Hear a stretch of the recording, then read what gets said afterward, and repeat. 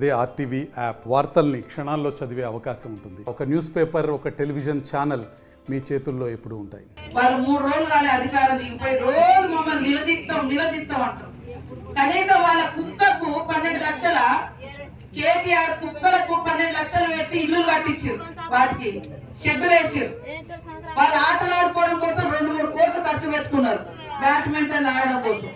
మన ఊళ్ళో పిల్లలకు గేమ్స్ పెడితే టీచర్లు కొంగులు బట్టి అడుకొచ్చి పాపం అక్కడక్కడ గేమ్స్ ఆటలు ఆడిచ్చారు.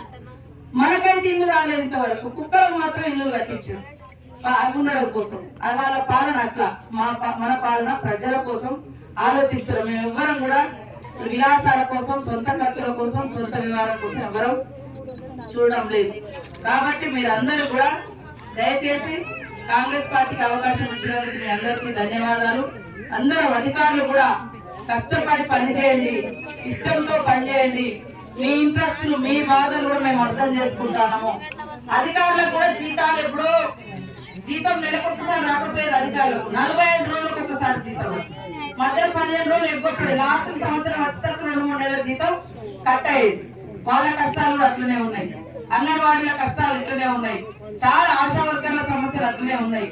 ఇవన్నింటిని కూడా ఒక్కొక్కటి మేము సార్లు తప్పకుండా పరిష్కరిస్తాం. మీరందరూ కూడా మాకు మద్దతుగా ఉండండి. ఇల్లు కూడా 5 లక్షలతో ఇల్లు, ఇప్పుడు ఉచిత బస్సు నడుస్తా ఉంది. తర్వాత రేపు రాబోయే నెలలో మరి మహిళలకు ఇంట్లో ఒక పెద్ద మనిషికి 2500, 500 గ్యాస్, తర్వాత ఇళ్ళది కూడా అప్లికేషన్ తీసుకున్నాం. ఇల్లు లేనోళ్ళు ఎవరు, ఉన్నోళ్ళు ఎవరు అనేది కూడా అదంతా వడపోస్తారు.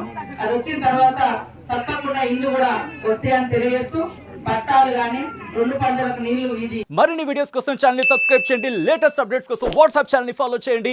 అండ్ లింక్ డిస్క్రిప్షన్ లో ఉంది.